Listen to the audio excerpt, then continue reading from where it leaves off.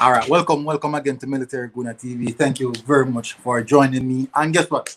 Kasey Palmer. We want to speak about Kasey Palmer. Good thing about it is that this edition is about the Jamaican football war, and we are on international break.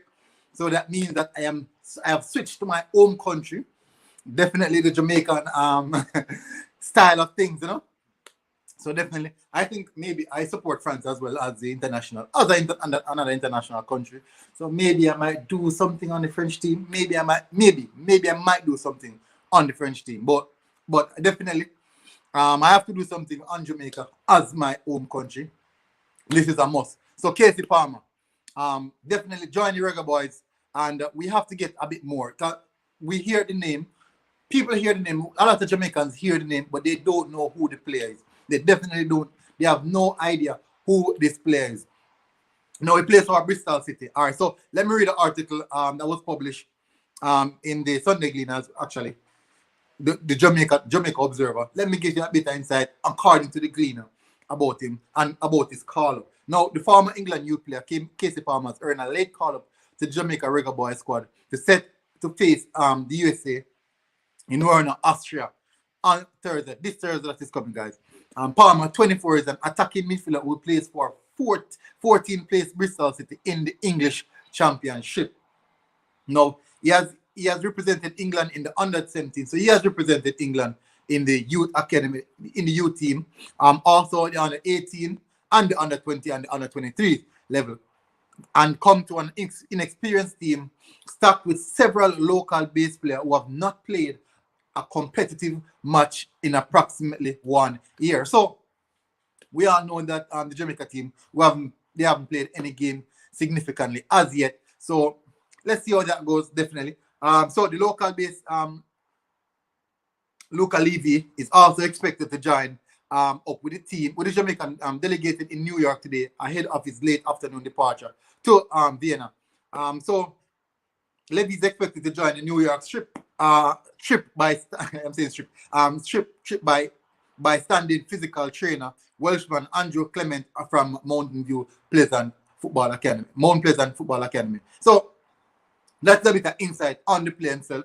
Now let me tell you about the player. Let's get into the player's details about what he's been up to, the club that he's been played for, and more so the tactical insight of the player. So we would really appreciate if you hit that like button. Really appreciate it. It do me maximum if you hit that like button. So let me get into the details. As you guys can see, this year, this nationality should be changed by now because I'm going to represent Jamaica. So the nationality will change soon. So they won't regard his appearance in the youth team by confirmation of his nationality. Now he has gained his Jamaican passport. So definitely he's now eligible to play for the Reggae Boyz. So he was born on the 8th of November 1996. So he's 24 years of age. Height 180 centimeter. Preferred foot, right foot. Midfield position attacking midfield, and he can play on the right wing, left wing, not as an inside forward, but as an out and out winger. As you can see, his statistics right here. If you're following the cursor, his attack is rated at 56. Technical ability also 56. Creative ability 55. His tactical aspect of his game is rated at 35, and his defensive ability is rated at 37. Now, these last few games, these last previous 5 games, these are his particular ratings. Against Bournemouth, he had a rating of, let me see, 6.8. I think that is Reading. No, that's not Reading. I'm not sure. I can't remember the name. Big up Empress. Big up Empress. Thank you for joining. Salute you. Gibbons, welcome. Good vibes. Welcome, Gibbons. Welcome. Guys, please hit the like button. I would really appreciate it if you guys hit the like button because a lot of people can get to see the content if you guys hit the like button. He also against Blackburn Rovers. I think that's Blackburn Rovers. He has a rating of 8.8. Also, against Blackburn. Why am I missing the name? Birmingham 8.8, Blackburn 7.2, and Bournemouth 6.5. So guys, I see quite a few of you guys. Please hit the like button. Big up Sentiment FC. I salute you, bro. Givens, I salute you. Thank you for jumping in the chat. Really appreciate you being here. Really appreciate it. Now, guys, let's go across to its season map. I want you guys to take a good look at its season map. This map shows how intense, how it covers the entirety of the pitch. This map shows you how it covers the entirety of the pitch, and you can see here is really dominant in the midfield area. You can see based off the minuscule areas right here, that his defensive attributes are not that high, just by the few touches that he would give around in these particular areas of the pitch. But look in the attacking third now.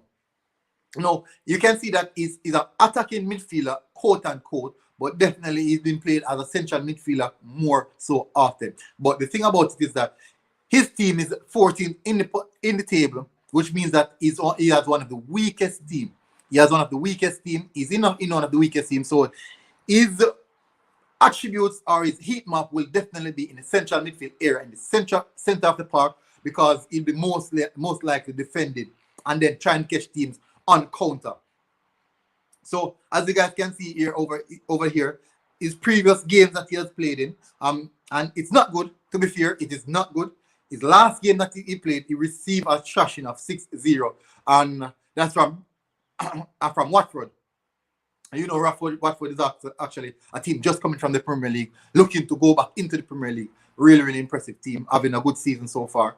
Hope to see them soon as well. So guess what now? Let's get into games and as I said, the part of the tactical insight that I wanted to get into.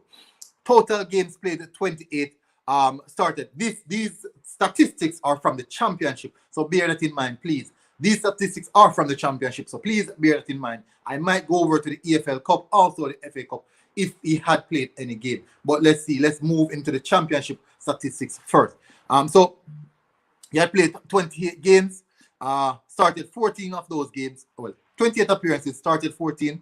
Minutes per game, 51 minutes per game. So definitely you can see that it's a bit inconsistent in his game time. So if his minutes per game is 51, it means that it's not even when he starts, he's likely to be substituted. Even when he starts, he's likely to be substituted. And that can be a bit worrying, to be fair. That can be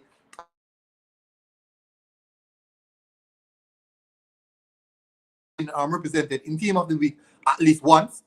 And so let's get into this attacking stuff, because now he's an attacking midfielder. Let's see what attributes he has, can contribute to the Jamaica Reggae Boyz, to see how we can cope, or if he can better us in moving forward. Because these are the real vital aspect of us as a Jamaican team moving forward. Now, he has 3 goals already in 14 starts and 28 appearances. As an attacking midfielder, I think he should have had more. But let's wait until he reaches assists, because that now is where pivotal. As the attacking midfielder, you must have quite a numerous amount of assists. So let's get into that area same way. So scoring frequency, 473 minutes per goal. Oh, that is really low, to be fair. That is low. That is low. In my perspective, that is low. You guys might see it differently, but in my perspective, that is actually really low. Now, goals per game, 0.1. That is low as well. These are areas that he has to work on if he's to better himself. He's 24 years of age. I think there's room for improvement. Normally, midfielders don't peak until like the age 26, 27. That's their peak area. But he should have been racking up better stats than this in the championship at that. Like, for example, Ivan Toney in championship, racking up massive stats, extremely good stats, and it shows the level and the quality that he's had, and definitely. So these are not so convincing, to be fair, and I'm not that impressed by these statistics. So we know that we want these players, but are they good enough? Are they definitely good enough? So let me get more further into the statistics. Shots per game, 0.5. That is really low as well. As an attacking midfielder, it means that you're supposed to be in front of the goal, behind of strikers, or the right forward, left forward, or center forward. You should be in that pivotal area to contribute and able to contribute to what the team is doing. So that is relatively low. As an attacking midfielder, you should at least average 2 shots per game. I know 2 shots may seem a bit high, but at least 1.5 shots per game. That will be put in a more impressive stage as a striker. No, as an attacking midfielder. So as Jamaicans would have said, boy, I'm not sure if I'm a bad ball at this, honestly. I'm not sure. I'm definitely not sure if I'm a bad ball at this, but I could get further down into the statistics. All right, so big chance, miss 3. Well, that is normal. That is quite normal. I have no issue with that. No, this is where it's pivotal. The passing statistics is really pivotal to what he's going to do. Because if we're going to have the likes of Ivan Toney, Leon Bailey, and these guys expecting Kasey Palmer to provide for him, these are the parts of his game that he has to outdo any other area. His passing statistics. So let's get first thing first is assists. He has only had 2 assists in 28 appearances. That is really poor. As an attacking midfielder, that is really poor. At least 4 or 5. We know that your scoring output is low. Also, your attacking midfield output, your assist output is low. The thing is, I won't kill him for it because these are areas that he can improve at. Then no, yes, Sentiment FC said pass accuracy and chance created. That is exactly what I'm going to get into, because as an attacking midfielder, these parts of this game are really crucial. Let's get into there. So assists 2, touches 30.2, averaging 30.2 touches per game.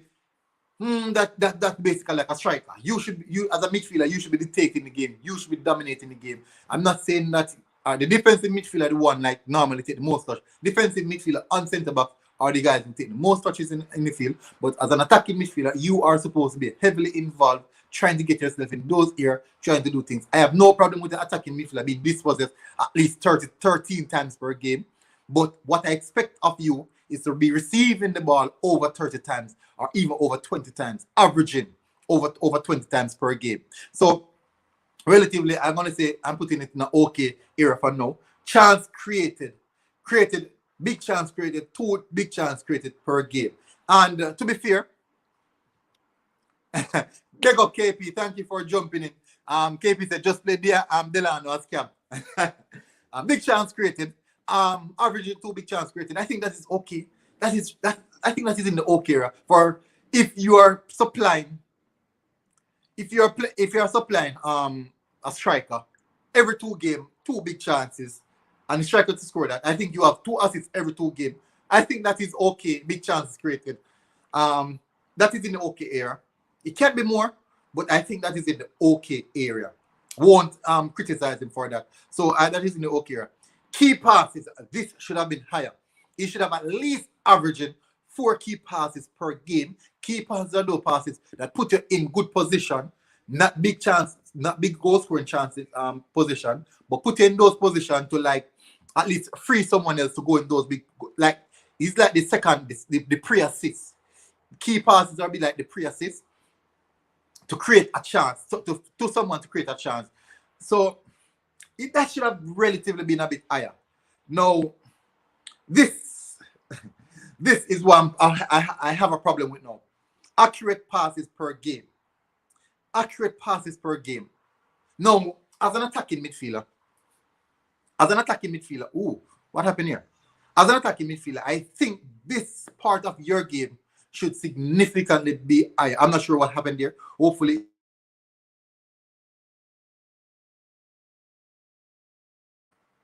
key pass and passing accuracy are really important as a attacking midfielder.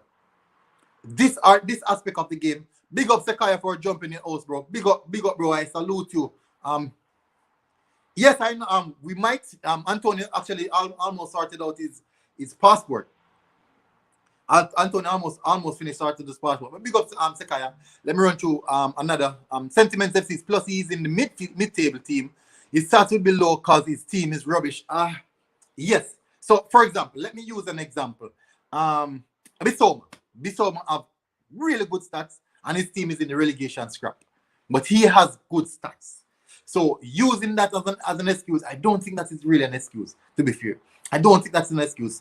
If his team is poor, maybe, because if he's to pass the ball to one of his strikers, and his striker is just not going to like overrun or bypass. I don't know, but I just think that these statistics, he could have been doing more with these statistics. I do believe so. It definitely could have been more. So I'm going to stop share definitely for it to load up, but give it time to load up.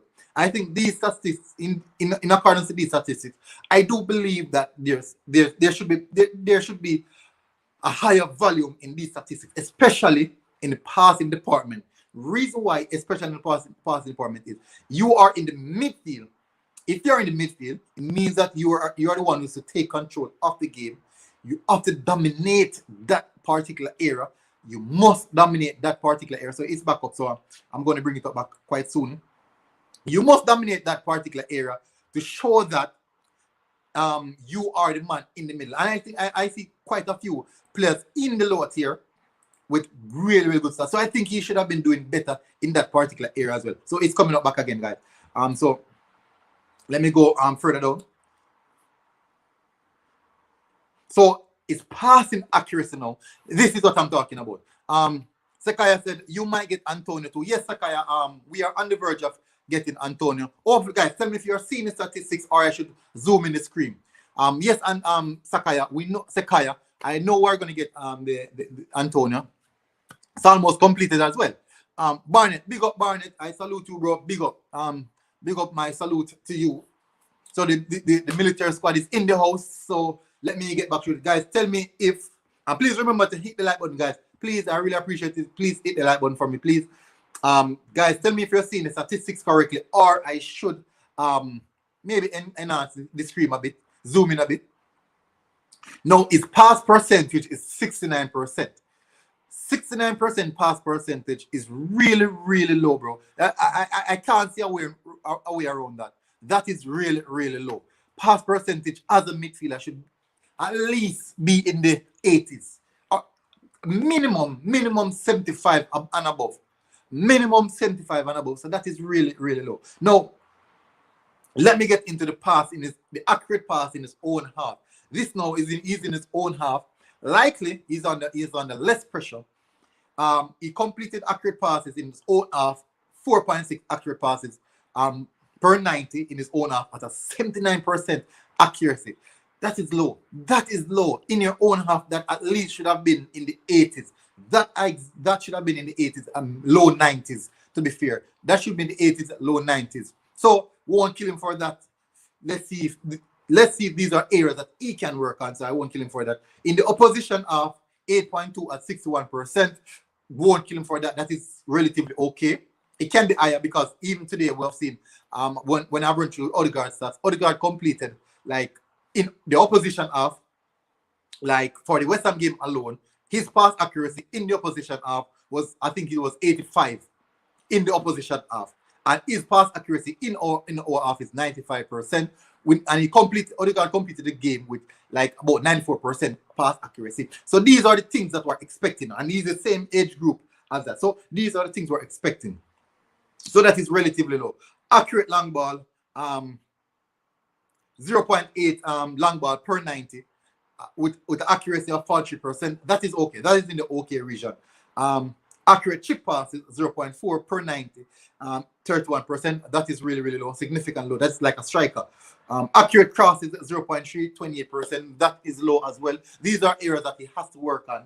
If he's going to better us, the Jamaican National, the Reggae Boyz, if he's going to better the Reggae Boyz, these are areas that he has to work on. He must work on these particular areas. Now, let's get into the defensive stats.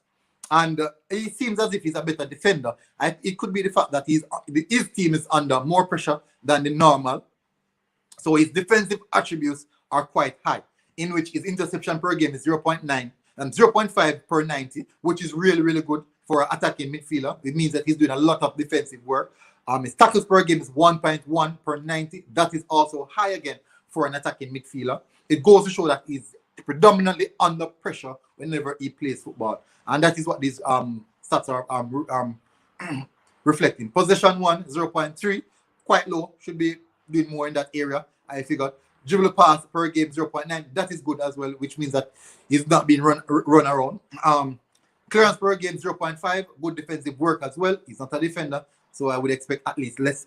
That is in the good area. Now, error leading to shot, good. Penalty goal conceded. yes, likely that's going to happen. He considered one. That is likely to happen because he's sitting deep in his own half. So that is likely to happen.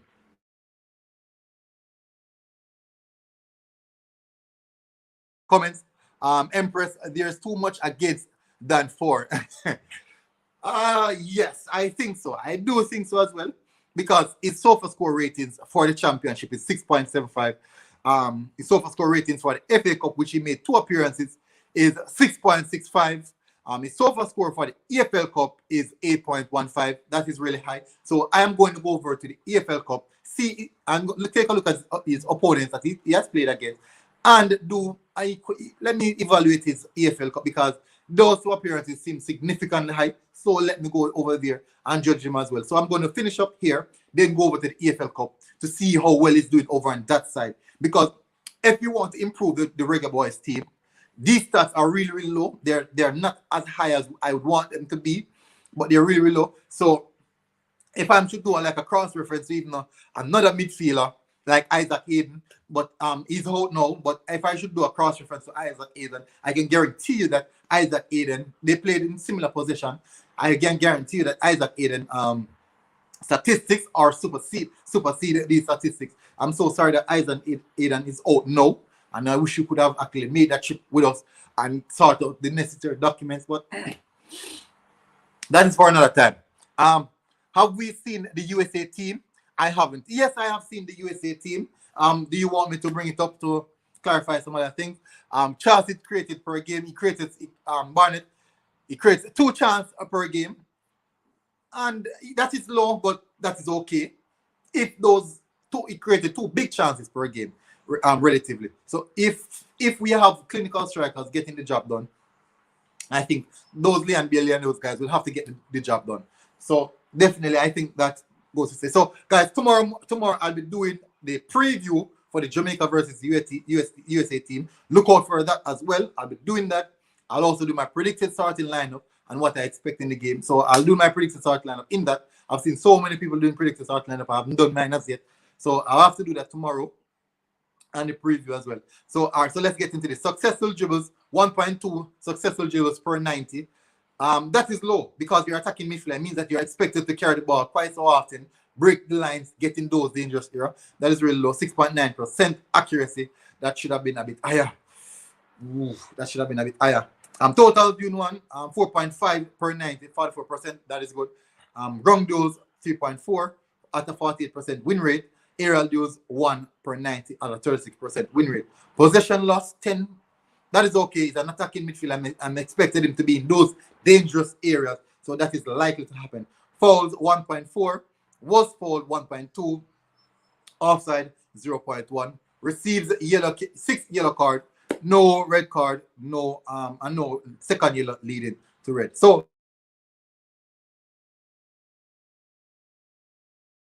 transfer history, because a lot of people didn't know these about him. So he was in Chelsea under 23 squad, then went on loan to Bristol City, then back to Chelsea. So back to Chelsea under 23 squad. Then now he was sold to Bristol City for 3.8 million euros. Loan. And can you imagine Bristol City spent 3.8 million euros on this player, then end up after loaning him. So I think he has to work on certain things. And then now he went back to Bristol City on the 4th of January 2021, which was actually recent. So he was at Swansea. He was definitely at Swansea. So these are actually accounted for some of his games at Swansea. Now let me get run through some of the military goon. What about Glenn Kamara? I haven't done anything on Glenn Kamara as yet. I'll have to go and check it out because I've seen bits of him, but I have to do some in-depth research first before I can actually speak about the players. I like to do that. So Empress 29, his stats are for the championship, not a national team. That is really, really harsh, but I think he's young. He's 24. There are a few things that he can work on. I do believe there are a few things he can work on. So let's see if he's going to work on those things. And I would basically, based on these stats, I would understand the reason why Chelsea would actually send him on loan for him to better his trade. So let me run through this. So I'm going to go on his EFL Cup statistics, guys. So this is it. These are his EFL Cup statistics.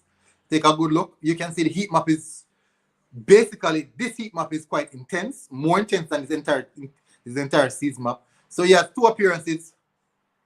One is against Aston Villa. Oh my word, I don't know that team's name. Let me find out that team. I'm not sure the second team though. I would have to look for the team.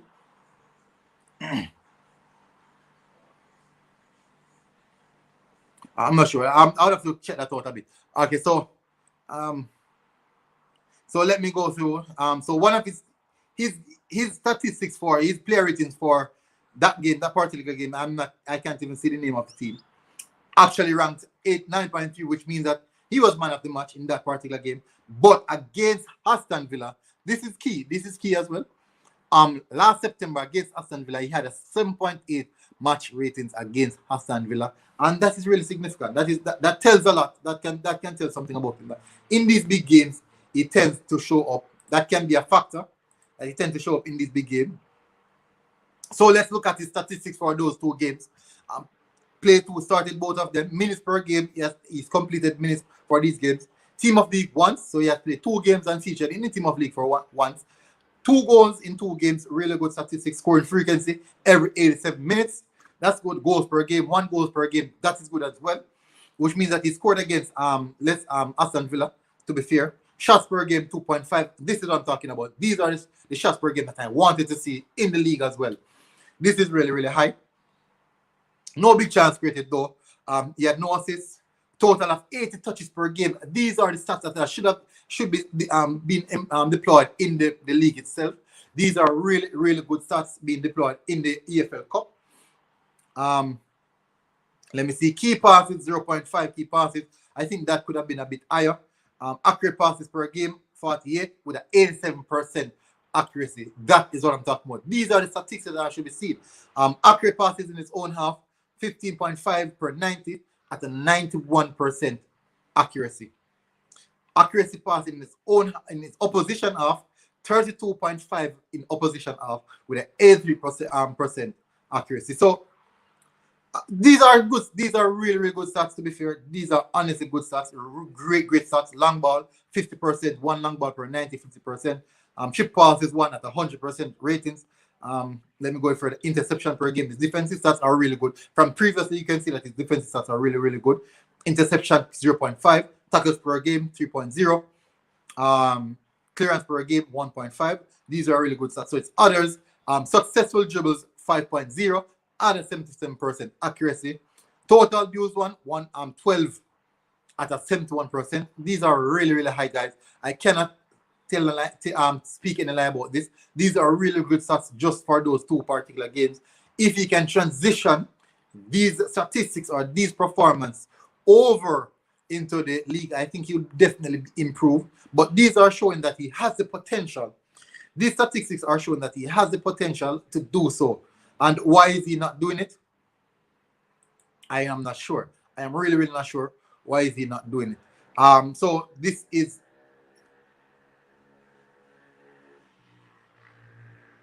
these are his statistics versus Aston Villa. Let me get into his statistics versus Aston Villa, guys. I know that Aston Villa is a good team. So let's see his statistics against Aston Villa. Minutes played, 84 minutes played. Goals, no assists. Touches, 59 touches. That is relatively low. But remember now, Aston Villa is a good team in good form at this moment, which means that 59 touches can be an okay amount, just enough. Accurate passes, 34 out of 40. Good, and that is really, really good. At an 85% accuracy. 2 long balls, 1 completed. Yes. Dribble attempt, 3 completed out of 4. Good as well. And these are good stats against Aston Villa. Ground duels 1, 8 out of 11, which means that you can see if he's in the position to make this amount of ground duels, it means that he's doing a lot of work in the midfield area. Where aerial duels 1 out of 3. Possession loss.